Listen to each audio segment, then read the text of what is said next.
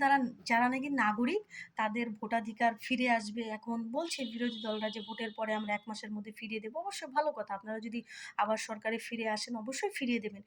সেটা খুব ভালো কথা। আমাদের এখানে কোনো দ্বিমত নেই। কিন্তু কথা হচ্ছে দয়া করে মৃত লোকদের ভোটগুলোকে আবার ফিরিয়ে আনবেন না। মনে করুন যাদের বাড়ির লোকেরা ১০ বছর ২০ বছর আগে মারা গেছেন, ১০ বছর আগে ১৫ বছর আগে মারা গেছেন, আপনারা আবার তাদেরকে মানে ঘুরিয়ে নিয়ে আসবেন।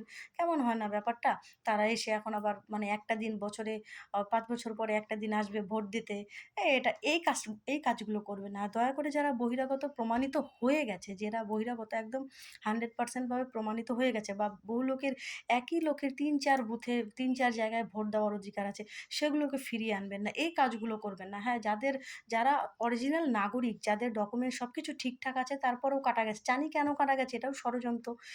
১ম দিকে সবকিছু ঠিকঠাক হলো, শেষের দিকে গিয়ে কেন এরকম হলো? এটা ইচ্ছা করে গন্ডগোল করা হয়েছে। মানুষের মধ্যে একটা কি বলবো? মানে একটা অসন্তোষ অসন্তোষ একটা কারণ সৃষ্টি করা, যাতে মানুষ বিরোধ করে এটা ওটা ওই সমস্ত কিছু। তো যাই হোক কোনো কিছুতেই সাকসেস হতে পারেননি। সরকারের কোনো প্ল্যানই টেকেনি। তো দয়া করে আপনারা যদি ফিরে আসেন তো যারা একেবারেই বৈধ নয় তাদেরকে ভোটাধিকার দেবেন না। যারা সঠিক নাগরিক অবশ্যই তাদেরকে ভোটাধিকার তো দিতেই হবে। কারণ ভোটার কার্ড একটা ইম্পোর্টেন্ট ডকুমেন্ট সেটা অবশ্যই অনেক কিছুতে লাগে। তো এই কাজটা করতে পারেন। বাকিটা করবেন না প্লিজ এটা একটা অনুরোধ।